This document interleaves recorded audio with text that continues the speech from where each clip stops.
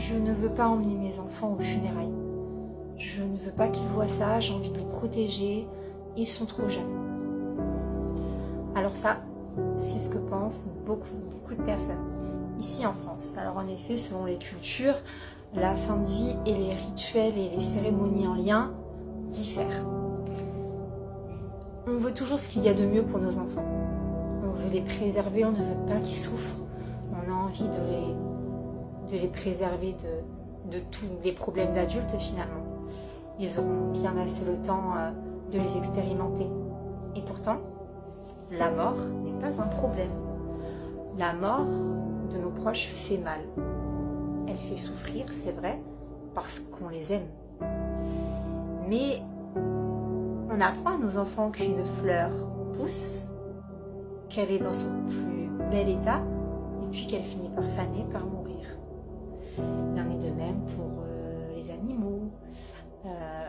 Mais quand il s'agit de nos proches, on a envie de le cacher, comme si c'était quelque chose vraiment qui était tabou et qu'il ne fallait pas qu'ils voient. Et pourtant, c'est tellement important de ne pas mentir aux enfants, de ne pas leur cacher.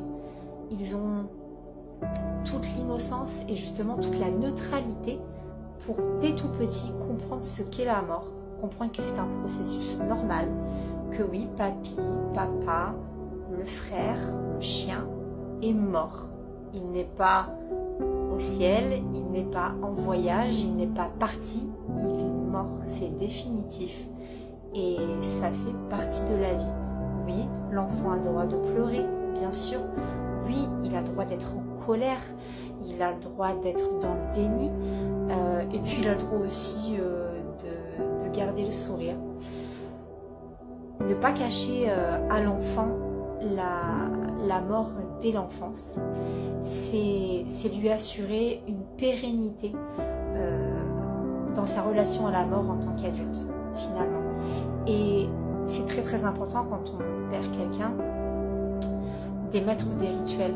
Alors ça peut être, vous savez, le rituel de déposer la fleur sur le cercueil, ça peut être pour un enfant, admettons, de faire un dessin pour la personne, ça peut être adulte ou enfant d'écrire une lettre.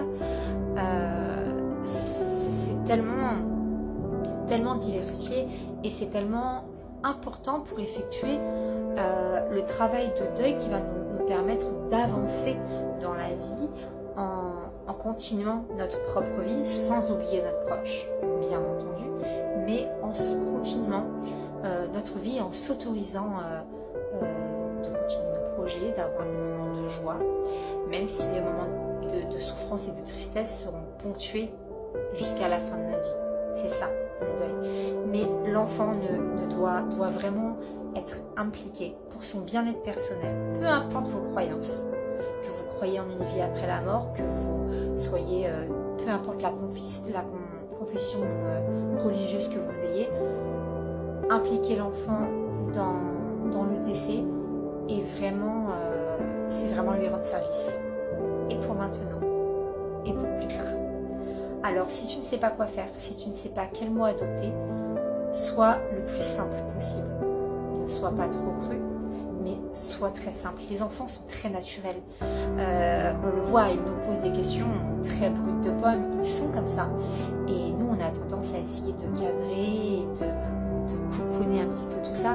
Alors, bien sûr, on peut apporter les informations dans la douceur, avec des mots appropriés par rapport à l'âge de l'enfant et par rapport à comment il comprend la mort selon son âge. Donc, si tu es perdu, si tu as besoin d'accompagnement, si ton enfant a besoin d'accompagnement, n'hésite pas.